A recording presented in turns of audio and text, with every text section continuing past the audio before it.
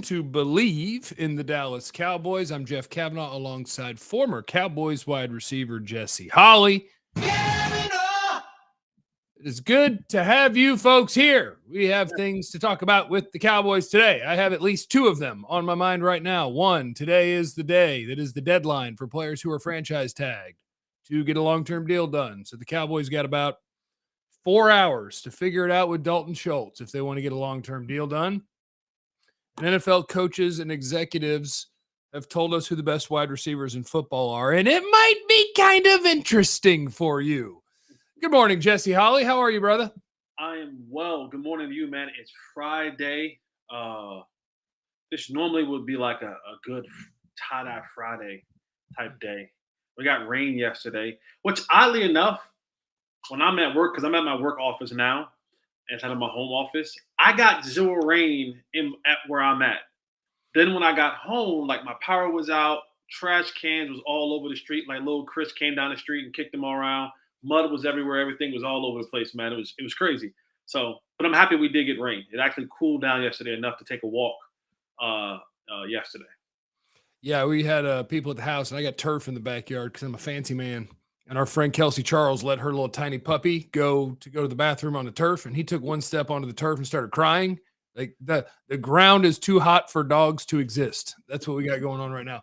Our partners at Bet Online continue to be the number one source for all your betting needs and sports info. Find all of the latest odds, news, sports developments, including the NBA Summer League for you true degenerates. Go get you some money on whoever's playing for the Mavericks in the Summer League. MLB is going. Rangers, if they had more than two starting pitchers, would be in a good place. They got the latest fighting news, next season's NFL futures. Get on over to the website or use your mobile device to sign up today to receive your 50% welcome bonus on your first deposit.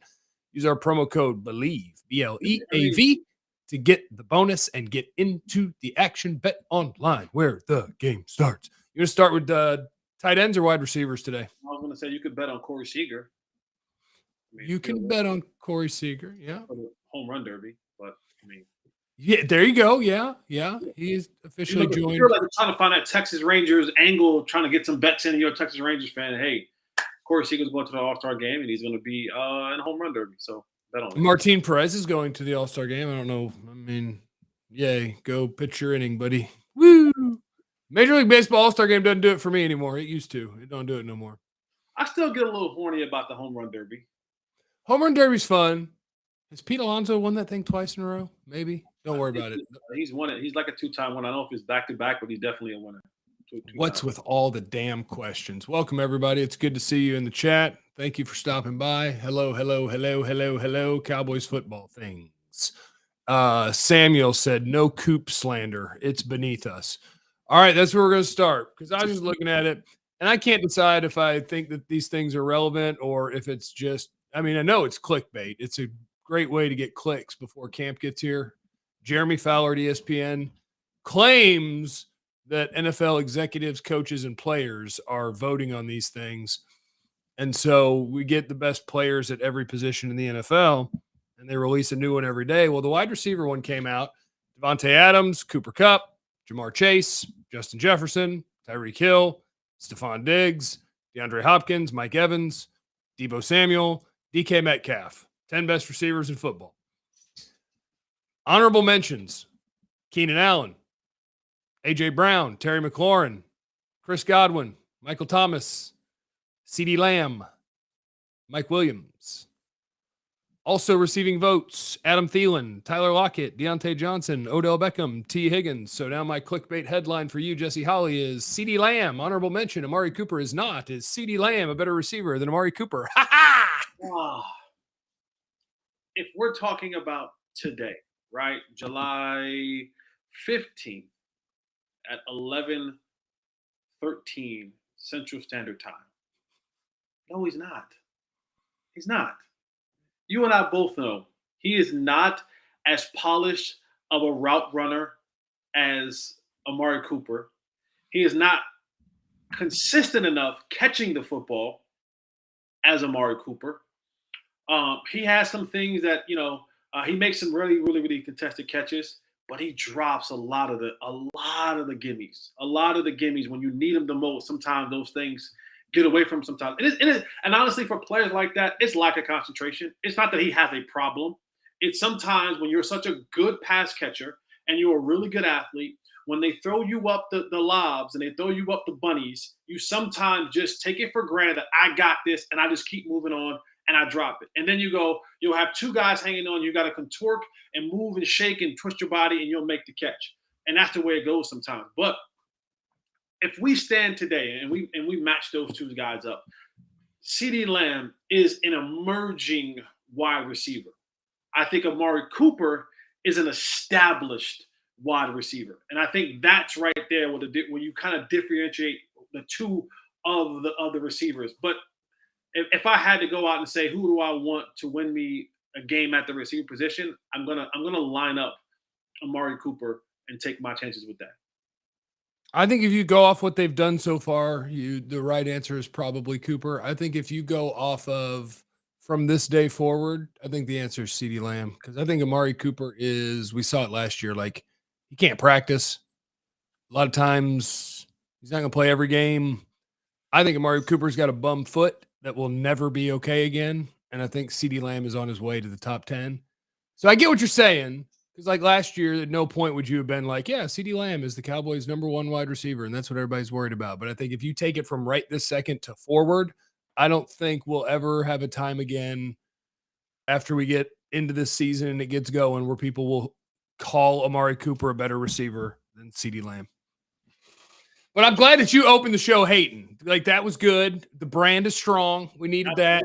Absolutely. The brand is always going to be strong. The hate will always be strong coming from me. And I agree with you. I think the future looks far brighter. And again, we're talking about Amari Cooper going into his what? This is year 6, 7 for Amari Cooper. And then at least. He's been around a while now. Yeah, so I mean, it might be 8. So we're talking about CeeDee Lamb, who's entering year 4. Season 9. No, 8. Season 8 for Amari. And season 4 for CeeDee Lamb. So yeah. 3. So 3. Okay. So you got one guy who's kind of, you know what I'm saying? He's like in his, if there's a prime, he's in it, but on the second half of the prime, and you have one guy who's entering. Now, here is going to be the very, very, very distinctive difference between the two. And receiver to me is the only position on the field where you really have to require on 10 other guys doing their job pretty damn good for you to have overall success, right? Like, I need a quarterback to do his job, other receivers to run their routes to get me open, guys to block, tight ends. You need all that kind of stuff sometimes to work. Yeah, sometimes you get it. He catches it, throws it out there to you, you make a play. But for the most part, you need a ton of guys to work together to get you the football. And when you look at it, this is when we go to comparing the quarterbacks. Will Deshaun Watson get back to what he was 2 seasons ago before he was, out last year? Will Deshaun Watson play this year? I think is the first question. I think there is there is a decent chance that Amari Cooper is going to be playing with Jacoby Brissett for 17 games. And if that's the question, then off the gate, I'm going to say that CeeDee Lamb is going to have a far better year than Amari Cooper will ever have because of the quarterback situation. But if Deshaun Watson finds his way back after 6 to 8 games being suspended and turns it on and still has that unique top 5-ish quarterback ability left in him, now that's a different story. Because you're going to have a better runner game. They're going to commit more guys to the box to stop Chubb and company. And then now it's going to be Amari Cooper dealing with way more one-on-one coverage and now having a better quarterback throwing him the football. Whoa.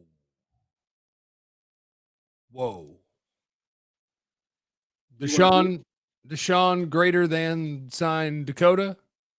You want to do this today? I mean, I don't think we have to do it. I just don't appreciate the confidence with which anyone says that about a dude who didn't play last year. The year before that, when he played, he was 4-12, but everybody talks shit about Dak all the time. But Deshaun Watson's a no doubt incredible quarterback who went 4-12 the last time he played. I don't know. Oh, by the way, formula, I'm sorry I didn't acknowledge you earlier in the super chat. I love you, brother. He wants to know if we're going to have a top 10 defense this year. We'll get to that. And Eddie Joe, I see you in the super chat too. Okay. So we're going to just skip over the fact that Dak has had far more better complement of weapons, better offensive line, better set of receivers, better everything than what Deshaun Watson had. And when he has, he's done way better and won way more. Yeah. Okay, so that's what I preface it by saying if Deshaun Watson can get back to what he was. If he can get back to what he was. I just think that it's a debate. Like, you can put up everything they've ever done, and I think it's debatable. And I didn't appreciate the confidence with which you said, and he's got a better quarterback. Like, okay, hold on a hot second. Yeah, but no, I think CeeDee is ascending to a very special place, but he has to get going because we don't talk about it enough, and I know we don't want to talk about it enough. The Cowboys are getting ready to go through a rebuild, like whether we want to talk about it or not. They're getting ready to go through a rebuild. That offensive line, it's going through a rebuild. You're going to have to get that running back. Whatever you're going to do with the running back position is going to be a rebuild because Zeke's not going to come back next year unless he takes far more or less than what he's ever made in his career. What are you going to do with Tony Pollard? You're going to keep him, or, you're going to play him there. Like how is this going to happen? Tight end situation. We're hoping, and I'm on the side of hoping that Tolbert is going to be someone who is really a playmaker and sticks around. But James Washington's probably not going to be here next year. Michael Gallup will come back, and he's going to want his fair share of the pot as well. So, I mean, when you start looking around, like this team may be going into a rebuild right before our eyes. And Dak is going into this will be his 7th season. So after this year, you have to ask, and I know we're going off on a tangent, but you have to actually question if Dak doesn't take that proverbial next step and take this team far greater than they have been in 26 years.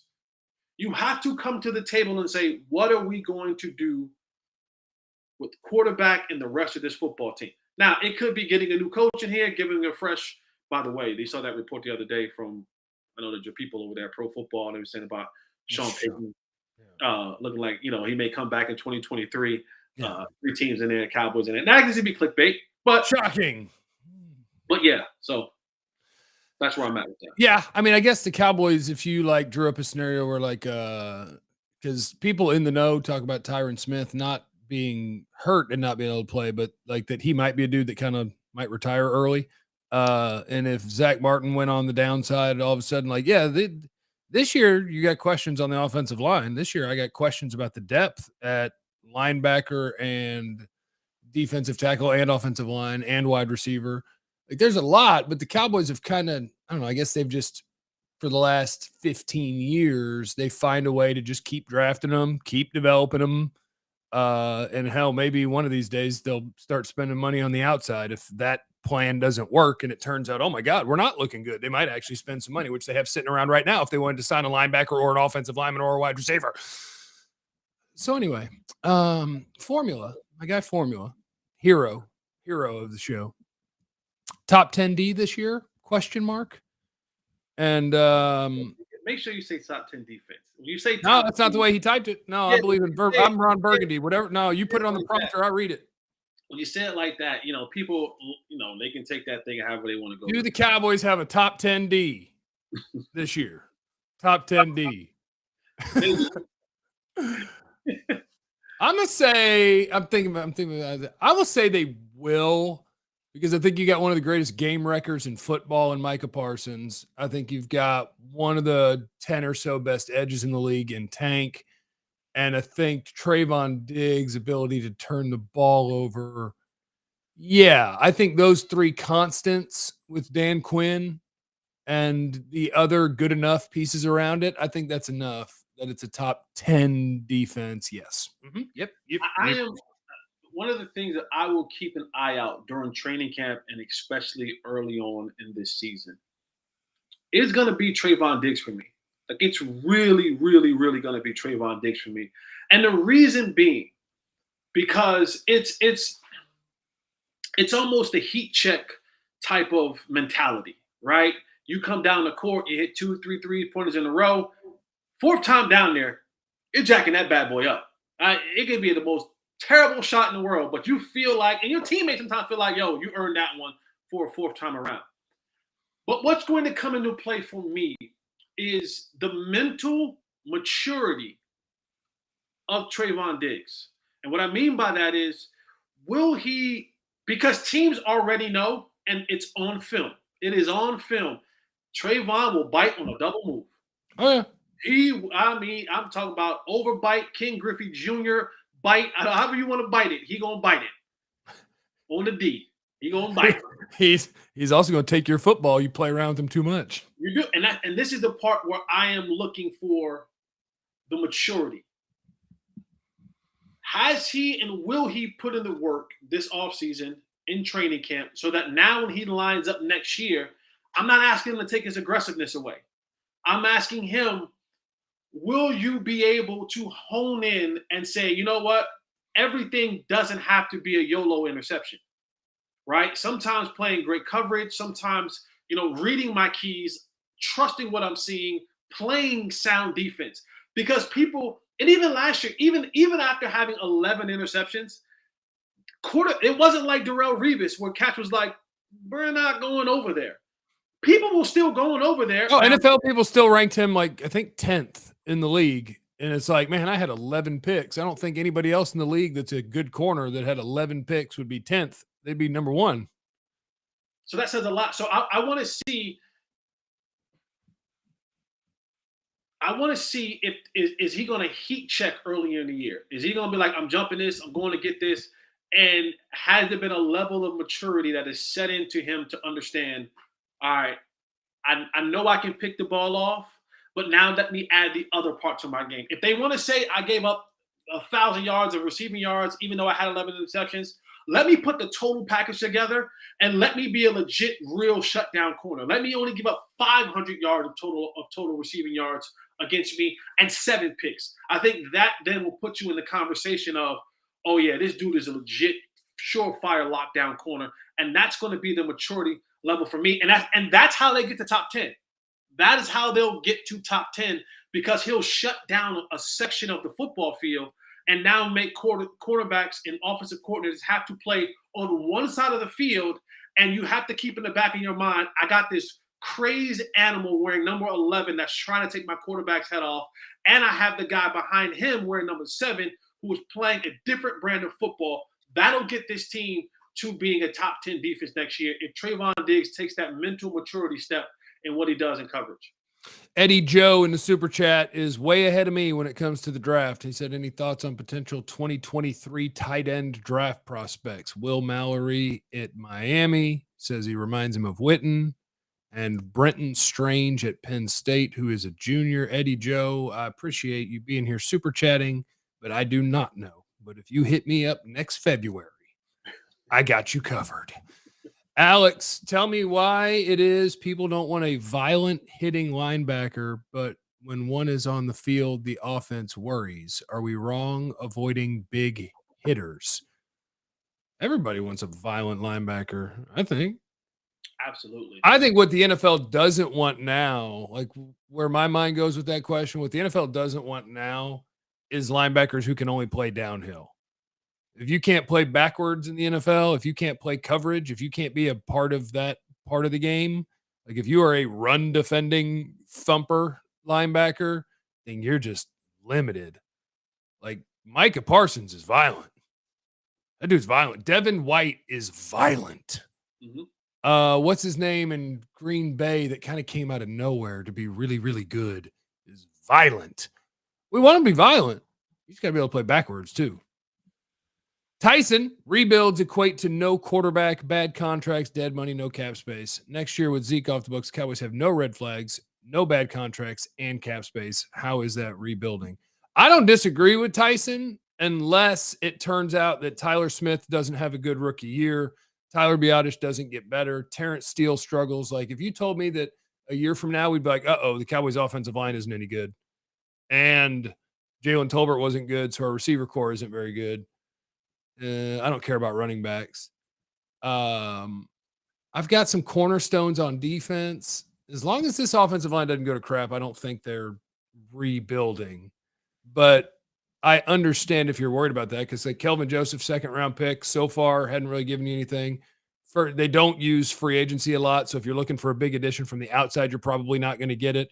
If Tyler Smith and Sam Williams as first and second round picks don't turn out to be ballers, then for a team that doesn't spend outside, that is how you turn into a team where you look around and go, oh crap, what's going on with our roster? It could happen, but you have to understand part of that is that it was Jesse. And Jesse, why you hate? Jesse, why you hate? Jesse, why you hate? Jesse, why you hate? Yeah. So just you take that up with Jesse outside. Just take it outside. Now the other topic of the day is Dalton Schultz, who the deadline for people who are franchise tagged is today at 4:00 Eastern, 3:00 Central, somewhere around there, to get a deal done. If they don't get a long-term deal done, then he's going to play under the tag. It'll be a 1-year contract. Here is the top 10 tight ends in the NFL according to execs, coaches, and players. Number 1, George Kittle. Number 2, Travis Kelce. Number 3, Darren Waller.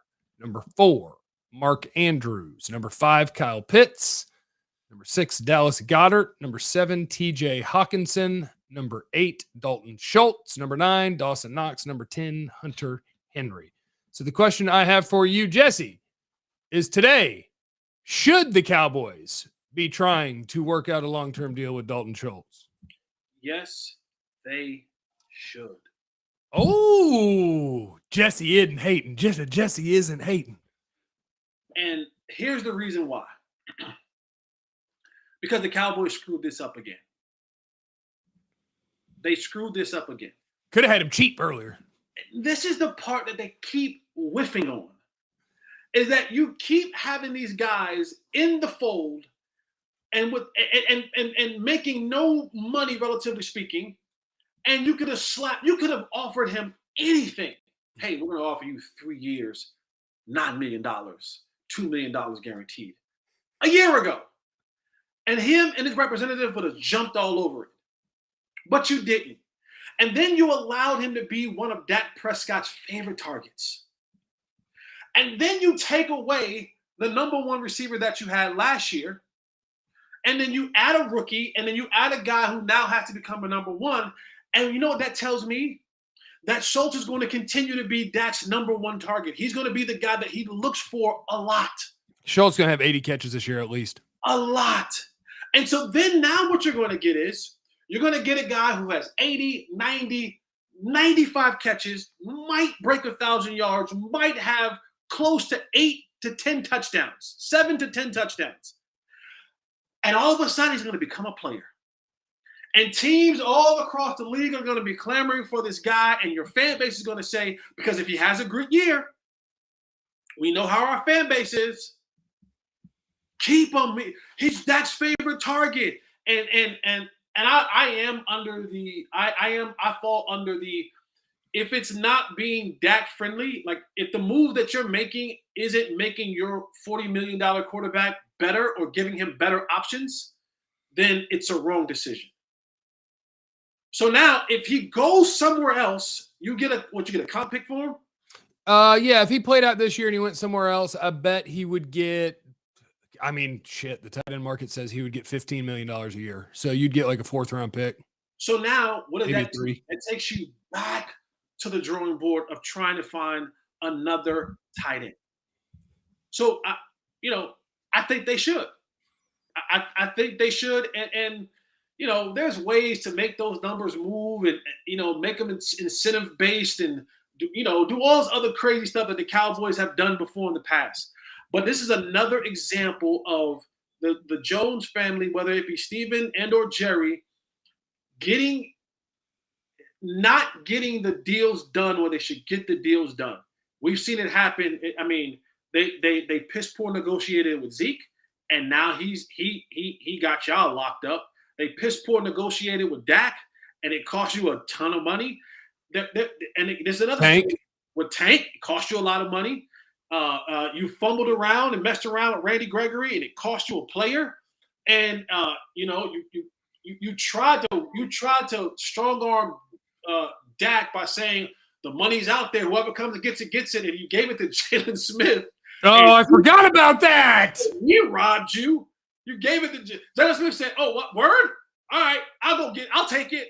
I know I probably can't play much more, so I'm gonna take this money and get on up out of here, get my glasses and get my cryotherapy chambers and all that kind of stuff up and going." And here we are again with another situation where you're gonna have a player who was okay. He was okay, right? Starting out. And then he built momentum because he became a favorite target of the quarterback. And that's not going to stop. Yeah, I guess so. When I look at it, like I'm looking at that tight end list, and it's like you can play along if you like. I'm just going to use the word freak, I think. Like George Kittle, freak. Travis Kelce, freak. Darren Waller, freak. Mark Andrews, freak. Kyle Pitts, freak. And then you get down to the not freaks, Goddard, Schultz. I do think Hawkinson's kind of freaky, but he's in Detroit where they're awful and whatever. So like those dudes like Gesicki, Hunter Henry, Dawson Knox, Dalton Schultz, like they're not freaks. He's a good player. Is that the market now says because David Njoku got over $14 million and Dalton Schultz is just there is no way to make the case that Njoku's a better player than him. If the Cowboys are going to get a deal done with Dalton Schultz, it's $15 million a year. And I think they're gonna play him this year, walk him, and hope that their 4th round pick from this year is able to replace him. And I don't know if like, I don't even have a strong opinion about it because I'm like, I get it if you look at your tight end and you're like, look, I think he's a solid tight end who puts up really big numbers because he plays all the snaps and the quarterback likes him. Could another guy do that for cheap? And don't get that is Stephen Jones' brain. No matter who the player is, in Stephen Jones' mind, he's going, can I get somebody to do that for cheaper? And with Dalton Schultz, maybe. But they also got $23 million laying around, so you wouldn't even have to backload it. You could literally sign him today. Now, if you're talking about predictions, there's zero chance they're getting a deal done with Dalton Schultz today. Oh, they're not at all. Zero. He will play on the tag, and then we will see. That's what's going to happen. Formula of will Tyler play more tackle or guard this season? Guard. Because if he plays tackle, it means that Tyron Smith got hurt. We're not doing that game. No, sir. Tyler Smith is going to play guard. Tyler Smith played 4 games this year at tackle.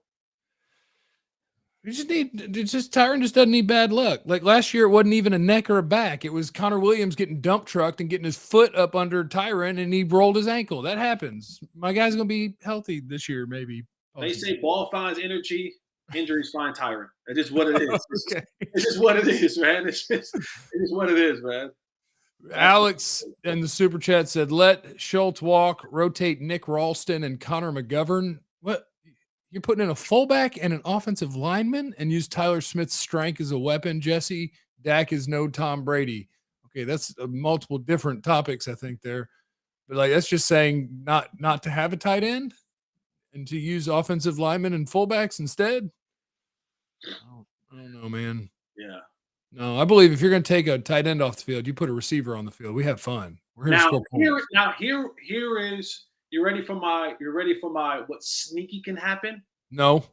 So I mean, I want you to say whatever you're going to say, but no, I'm not ready for it. Okay, but here's coming. Here's it coming. Yeah. Now, maybe in the mind, right, in the lab, they're mixing this thing up and they're saying, you know what, we're going to let Dalton Schultz play out this year on this franchise tag, and we're going to let him walk. You could also tag him again, by the way.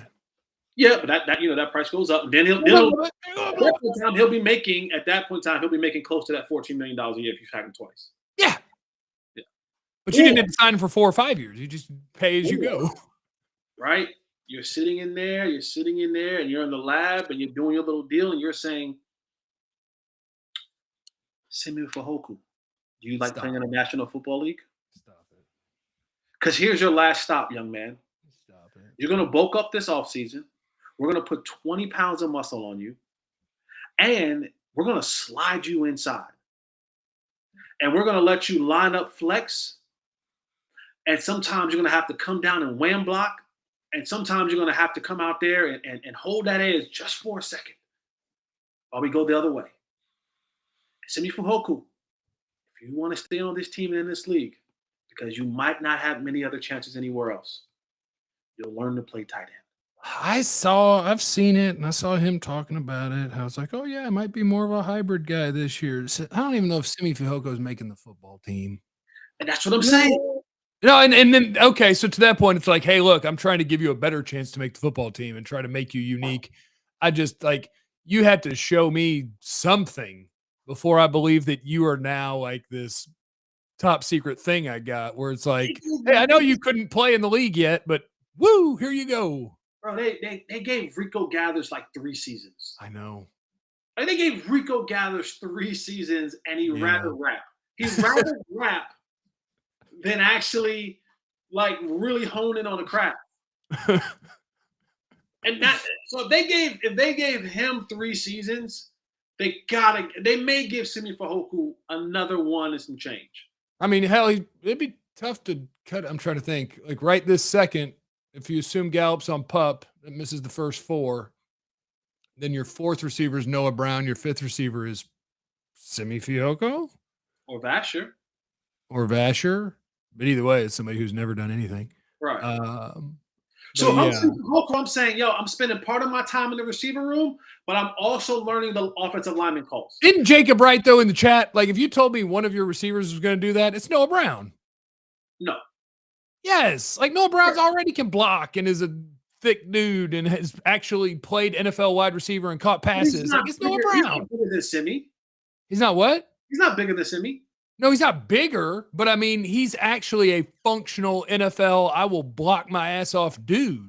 Noah Brown has understood that I'm going to milk this thing and do whatever it is they want me to do to stay around. I thought he was a Garrett guy, but he's still stuck around. Like, I guarantee you, Noah Brown works hard. Matthew Slater has played 15 years in the National Football League. I think he probably has 10 receptions. He understood that I'm just going to be whatever those guys need me to be. I'm going to be a Pro Bowl special teamer, and I'm just going to stick around. So that's Noah Brown. Noah Brown, you got to be a core special teams guy.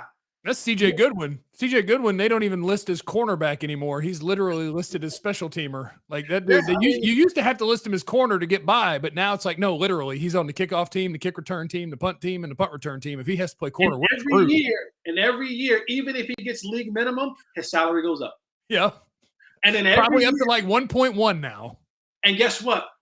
Because CJ past 4 years, right? Oh, yeah. I bet he's pensioned. It's guaranteed on the first day of the season. Oh, yeah. If he's on the roster, whatever they owe him is guaranteed for the rest of that year. So if it's $900K, 1.1, 1.2, it's guaranteed. And you know how CJ Goodwin makes a bunch of money? Because at the end of the year, when he plays all those special team snaps, and they do it based on your salary for your play, and then they look at it and they go, man, based on your salary, the amount of play that you played here, you get an extra bonus of $50,000. Hell yeah, I do. And if someone gets hurt, I got to go out there and play some more snaps defensively. Guess what? That money goes up. So if Simi Fehoko has any chance, or if he wants a perfect example of how to stay in the National Football League, watch Noah Brown. And then say, hey,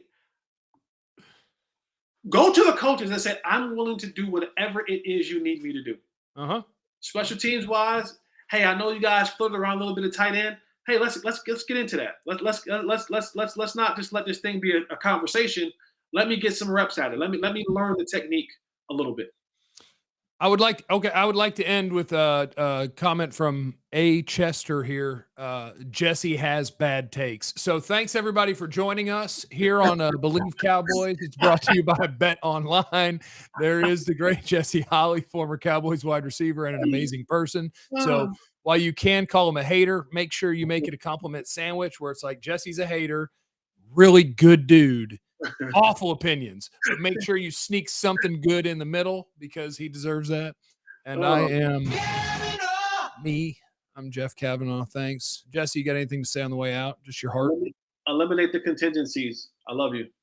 All right. Remember, you have no idea what anybody's going through. Be cool to everybody. Therapy's cool. Love you.